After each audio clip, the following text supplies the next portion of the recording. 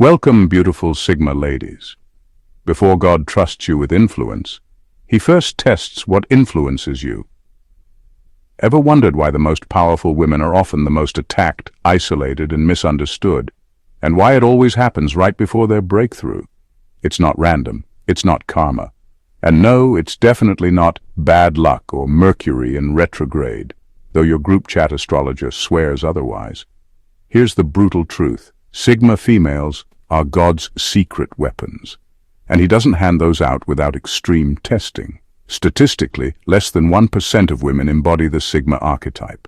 Introverted, sovereign, deeply intuitive, and resistant to herd behavior. She's not built to fit in, but to redirect the flow of history. And that kind of woman? She scares both hell and heaven, which is why God doesn't promote her quickly. He pressurizes her, He hides her, and He tests her like she's military-grade spiritual artillery, because she is. But what exactly is He testing?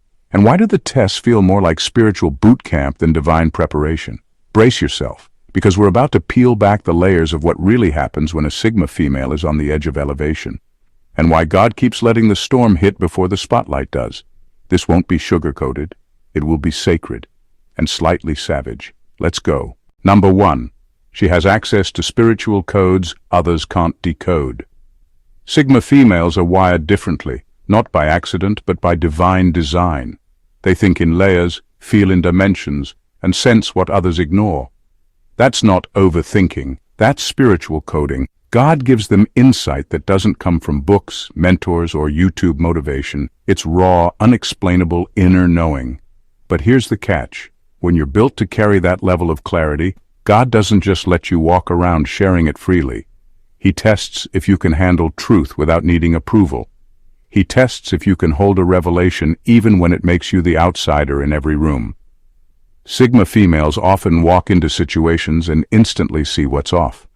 The hidden tension, the fake peace, the lie behind the smile. They don't just feel vibes, they decode them. That's not a social skill. It's a spiritual assignment. God gives them that kind of perception because they're not meant to follow trends. They're meant to challenge them. But the testing comes when they start to realize that most people don't want the truth. People want comfort, consensus, and control. Sigma females threaten all three. So God isolates her, not to punish her, but to refine her. He keeps her hidden while He sharpens her discernment, not so she can gossip about people's flaws, but so she can eventually confront systems, expose hypocrisy, and shift culture without losing herself in the noise. Her insight must first be tested in silence, in private moments where she knows she's right, but no one's listening, where she sees danger ahead but everyone's too distracted to care. That's where the real test is. Will she still trust what God showed her when nobody validates it? The ability to carry divine intelligence without applause is rare. Most people trade their truth for belonging. A Sigma female doesn't. But God still needs to make sure she won't twist her gift for ego, revenge, or control. Because once He releases her, her words will hit different. They won't just sound wise. They'll shift realities. That kind of influence can't be handed out cheap. It has to be earned in the shadows. Number 2. She's a living rebuttal to religious hypocrisy. Sigma females are not built to blindly follow, especially not when it comes to faith. They don't swallow religious scripts just because they're wrapped in tradition or spoken from a pulpit. They question, they wrestle, they challenge what doesn't sit right in their spirit, and that alone makes them dangerous to any system that thrives on fear, guilt, or blind obedience. So God puts her through spiritual tests, not to destroy her faith, but to detox it, to strip away the layers of control, shame, and man-made rules that were never His to begin with. She doesn't fit the perfect Christian girl image. She may not always speak church language, dress modestly, or attend every Sunday service, but her connection to God is real, raw, and deeply rooted. And that's exactly why He tests her the way He does. Because she's not being called to blend into religious culture, she's being called to expose what's fake in it. God uses the testing seasons to break her addiction to performance-based spirituality, to free her from needing approval from pastors, elders, or social media theologians. Her walk with God becomes so personal, so brutally honest, that it no longer fits inside a box with a steeple. The testing often looks like silence, like unanswered prayers, like rejection from religious circles that can't handle her truth-telling or her refusal to fake it. But through it all, God is reshaping her into someone who doesn't just talk about faith. She embodies it, especially when it's messy, painful, or unpopular. Her obedience isn't rooted in fear of hell, but in deep love and fierce loyalty to a God she's come to know intimately, not institutionally. In the end, she becomes the one religious systems can't control, and the one God can fully trust. Because her faith no longer relies on applause, rituals, or approval. It's been fire-tested, and now it's unstoppable. Number 3. Her words will be weapons, so God silences her first. When a Sigma female speaks, it's never empty. Her words cut. They convict. They stir things people have spent years trying to ignore. She doesn't just talk, she reveals. That kind of voice isn't casual. It's dangerous. And God knows that before he hands her that kind of firepower, he has to make sure she knows how to carry it without burning everything down, including herself. So what does he do? He silences her. Not because she's wrong, not because she's weak, but because she's not yet ready, not emotionally, not spiritually, not in the way her calling demands. Before she ever steps into rooms where her voice will echo, he trains her in rooms where no one hears her at all. That's silence. It's not punishment. It's discipline. It's where God teaches her when to speak, how to speak, and why to speak, without being ruled by bitterness, pride, or the need to be heard. During this silent season, she'll want to scream. She'll see the lies, the injustice, the fake personas, and still God will hold her back. That tension will break weaker people, but not her. She's being forged into someone who speaks only when it's necessary, and when she does, her words will carry anointing, not just opinions. God knows her voice will disrupt atmospheres, end relationships, and expose hidden agendas. So he waits. He watches. He tests if she can stay silent in a room where she could easily dominate, if she can hold her peace when others are loud, reckless, and wrong. Because when her time comes, she won't speak to impress, she'll speak to dismantle. Once he releases her, there's no going back. Her words won't just inspire. They'll confront, correct, and change lives. And the silence she hated, it will become her secret weapon. Because now, she doesn't need to speak to prove anything. She speaks when it's divine, and when she does, strongholds fall. Number 4. She's being purged of earthly definitions of success. Sigma females aren't wired to chase what everyone else celebrates, but that doesn't mean they don't feel the pressure to perform. In a world that worships numbers, applause, and curated success, even the most inward-driven woman can find herself quietly asking, "Am I doing enough?" So God steps in and begins a ruthless, necessary purge. He strips her of the metrics the world says matter. The platform dries up. The followers stop engaging. The income dips. The spotlight dims. Not because she's failed, but because she's being freed. God is testing her with obscurity to see if her identity was secretly anchored in the algorithm. Would she still create, serve, write, speak, build if no one claps? If no one watches? If nothing goes viral? This isn't just about ego. It's about alignment. Sigma females carry messages and callings too sacred to be contaminated by the need for applause. God will not elevate a voice that still needs validation to function. He needs her to know who she is in complete silence, when no brand deals are coming through and no one's reposting her work. That's where the real anointing is born, in the tension between invisibility and obedience. She learns that success isn't a blue check, a six-figure launch, or 1,000 likes. Success becomes this: did I obey God today, even if no one saw it? That level of detachment isn't weakness. It's divine strength. Because once she's no longer seduced by external results, she becomes untouchable to the enemy's favorite tactics: vanity, comparison, burnout, and distraction. And when God does choose to elevate her, she won't mistake attention for assignment. She won't need applause to feel anointed. She'll walk into every room knowing she was already valuable before the world ever noticed. That's the kind of power that can't be bought, copied, or manipulated. It has to be purged into existence. Number 5, her warfare isn't personal, it's prophetic. Most people look at the battles a Sigma female is fighting and think, why is so much coming against her when she's not even that out there yet? But that's exactly the point. Her warfare doesn't match her current stage because it's not about where she is. It's about where she's going. The attacks aren't personal, they're prophetic. The resistance is a preview of her impact.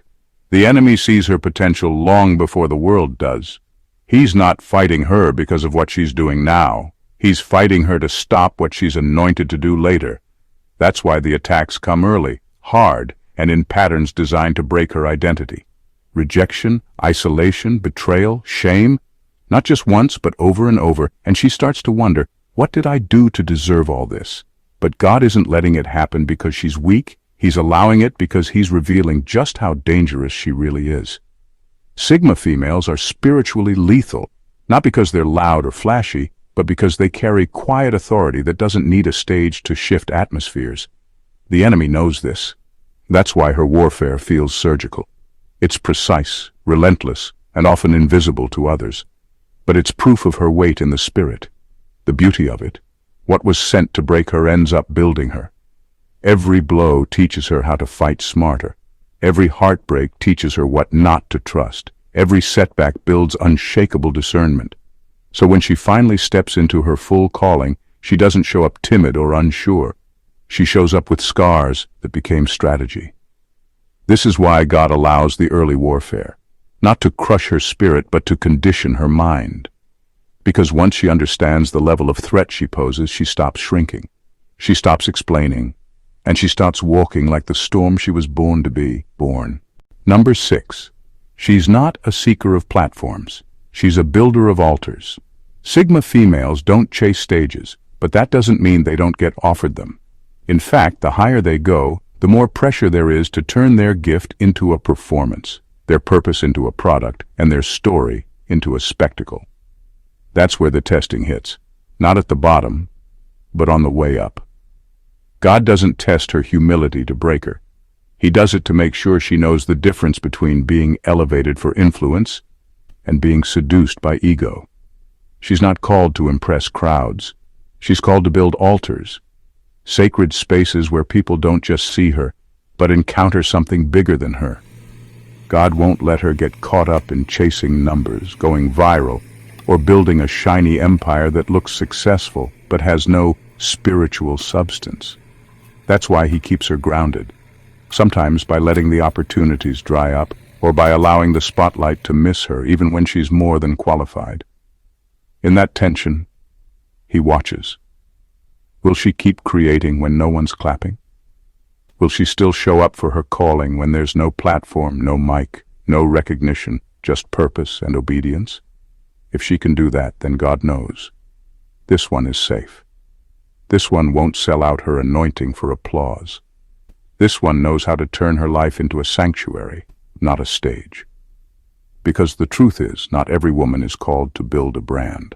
Some are called to build legacy, truth, and reverence. That kind of woman doesn't manipulate moments for attention. She hosts presence.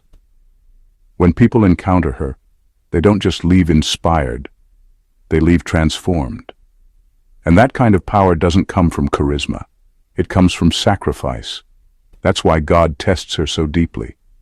Because he's not building a star. He's raising an altar through her life, one that can't be monetized, copied, or canceled.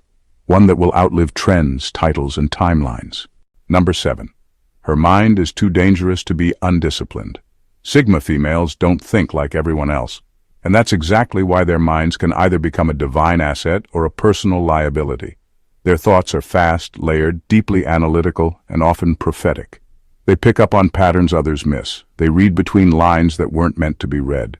They're 3 steps ahead in a world that barely thinks past the next scroll. That kind of mind?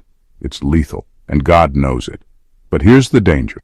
An untrained mind with that level of power is just as capable of self-destruction as it is divine impact. That's why God doesn't let a Sigma female coast. He puts her through relentless mental pressure, overthinking, anxiety, sleepless nights, spiritual confusion, emotional exhaustion.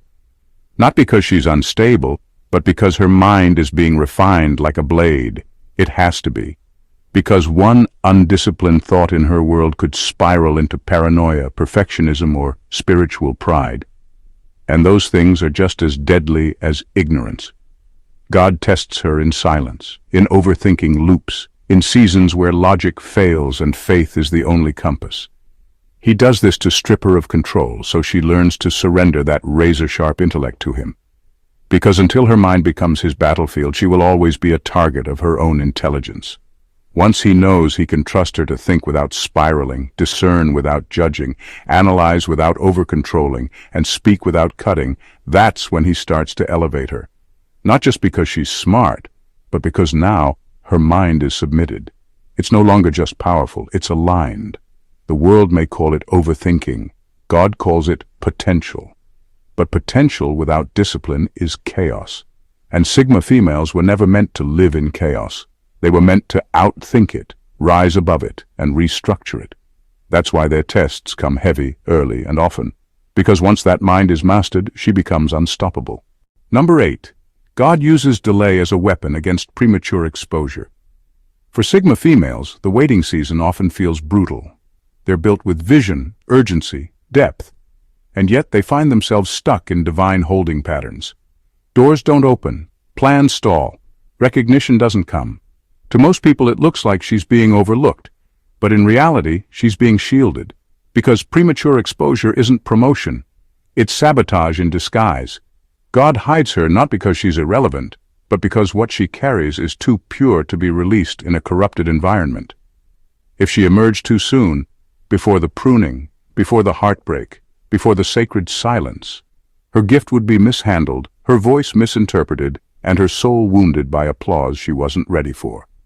God delays her not to discourage her, but to detox her from the need for quick results. She's not being punished, she's being calibrated. Every delay is a quiet dismantling of her dependence on timelines, validation, and external confirmation. God wants to know, will she still believe what he showed her when everything around her says otherwise? Can she sit in the shadows, watching others get elevated, while still holding on to what she knows she's meant to do? This is the test of delay. It humbles, but it also hardens her in the right ways. It forces her to dig deeper into her identity, to stop outsourcing her worth, to progress.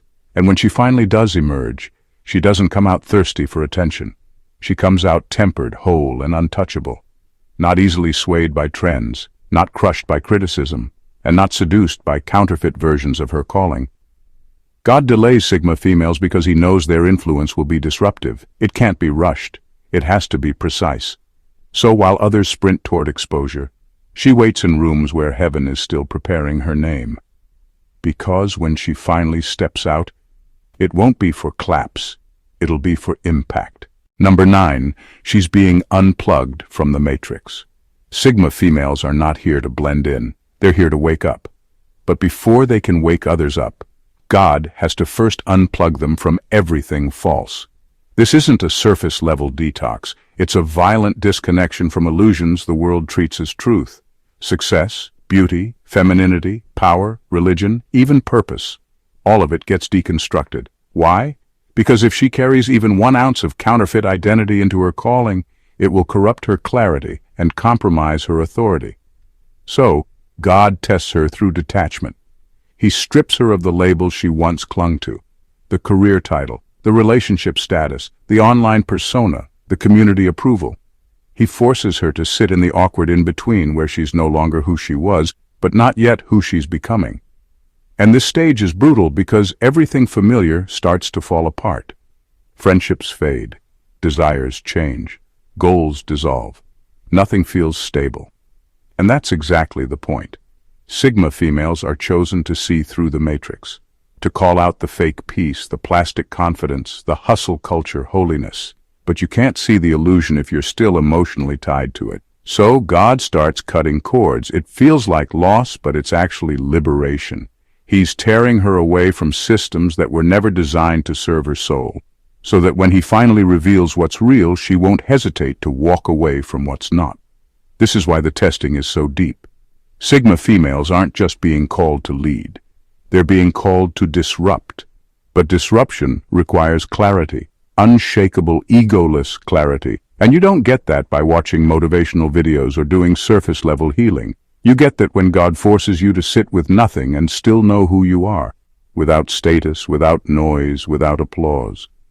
Once she's unplugged, she doesn't return to the matrix. She doesn't play the game, she sees through it. And that's when she becomes a threat. Not because she's aggressive, but because she's free. Number 10. She's the disruptor in a lineage of conformists.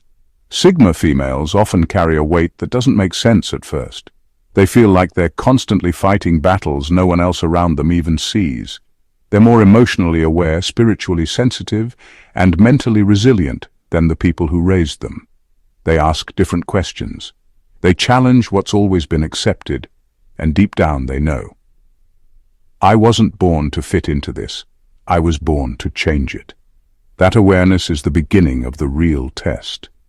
Because when you're the disruptor in a lineage of conformists, everything in your bloodline will resist your awakening. You'll feel guilt for growing.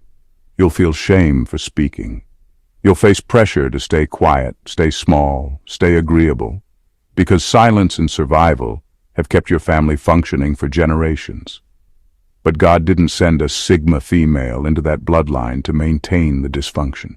He sent her to break it. That's why her testing feels heavier than others. It's not just her own trauma she's confronting. It's inherited patterns of suppression, fear, poverty, people-pleasing, and emotional neglect. She's being asked to heal wounds that didn't start with her, speak truths that were buried for decades, and create boundaries in spaces where boundaries have never existed. That's not rebellion. That's restoration. But it's raw, lonely, and deeply uncomfortable. God doesn't test her with small challenges because her assignment isn't small. She's not here to tweak the system. She's here to interrupt it. And that interruption doesn't always come with celebration. It comes with resistance, misunderstanding, and sometimes isolation from the very people she loves most. But God is watching. Will she fold under the weight of generational loyalty? Or will she stand alone if she has to and rewrite the story? When she chooses obedience over comfort, healing over silence, and truth over tradition, everything shifts. Not just for her, but for those who come after. Because Sigma females don't just break curses, they become the new blueprint. Number 11. She must be immune to applause and attacks. One of the most brutal lessons a Sigma female has to learn is how to stay rooted when no one's clapping and everyone's criticizing. Not because she's doing something wrong, but because her calling demands emotional immunity. God doesn't just want her to have vision. He wants her to have stamina, the kind of stamina that can't be shaken by applause and can't be shattered by attack. So what does he do? He makes her invisible. He hides her on purpose. She'll be doing powerful work, work that transforms, heals, awakens, and yet it's ignored, misunderstood, or overlooked. She'll watch people with far less depth rise quickly, go viral, get praised. Meanwhile, she's grinding in secret, wondering if she missed something. But she didn't. She's just being fortified. God removes validation to teach her not to need it. He exposes her to criticism to toughen her skin without hardening her heart. Because if she ever becomes addicted to applause, she becomes vulnerable to manipulation. And if she crumbles under attack, she becomes unusable in high places. Her mission is too important to be derailed by emotional highs and lows. This test isn't about ego, it's about endurance. Sigma females are often called to disrupt, challenge, and say what no one else will. That means they'll face pushback, misinterpretation, and sometimes outright hatred. But if she's already been through the fire of silence and survived the sting of neglect, then when the real opposition comes, she won't flinch. She's been trained. And when the applause does come, it won't control her. She'll accept it, maybe thank you for it, but she won't need it.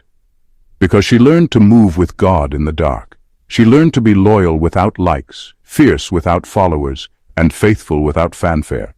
And that kind of immunity makes her unshakable, both in storms and in spotlight. Number 12. Her elevation will offend the system. When a Sigma female finally rises, it won't be with the world's blessing. It'll be with heaven's backing. And that's exactly why the world will push back. She wasn't built to climb the ladder quietly and fit into the system. She was born to challenge it. Her elevation will expose the shallow, disrupt the polished, and threaten everything that depends on silence, control, and conformity to survive. God knows that. That's why he tests her now, in the shadows, to see if she's strong enough to rise without applause and steady enough to stand without permission. Because when she ascends, people won't say congratulations. They'll say, who does she think she is? Institutions won't celebrate her voice. They'll question her credibility. Social circles won't admire her shift. They'll distance themselves. Not because she's wrong, but because she makes people uncomfortable by existing in her full power. She's not here to play the game, she's here to expose that it was rigged. And that kind of presence doesn't go unnoticed.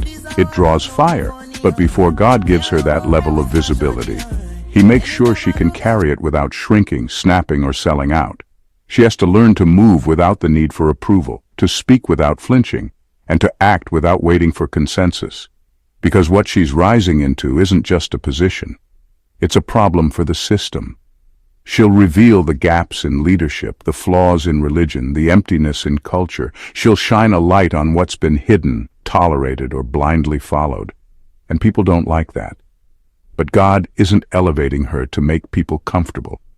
He's elevating her to make things right. Her rise will not be smooth. It will be disruptive. And that's exactly why she's been tested so ruthlessly, to make sure when the shaking comes, she doesn't break. She builds. God doesn't waste a test, especially not on a Sigma female. Every delay, every silence, every battle, every hidden season, it was all intentional. Not to break her, but to build her into something the world could never control. Something raw, unshakable, deeply sacred, and wildly disruptive. The truth is, Sigma females were never meant to blend in. They were born wired differently, with minds that question everything, hearts that won't settle for fake peace, and spirits that can't sit still in shallow waters. That kind of wiring comes at a cost. They don't get easy lives, predictable paths, or cheap validation. They get divine pressure, isolation, obscurity, pain that digs deep enough to excavate purpose. Because God knows what she carries is rare, and what's rare must be refined. That's why her tests look more like wilderness than winning. While others are building platforms, she's tearing down idols. While others are rushing to be seen, she's learning how to move in silence. While others are drowning in approval addiction, she's being trained to walk with zero applause. That isn't punishment.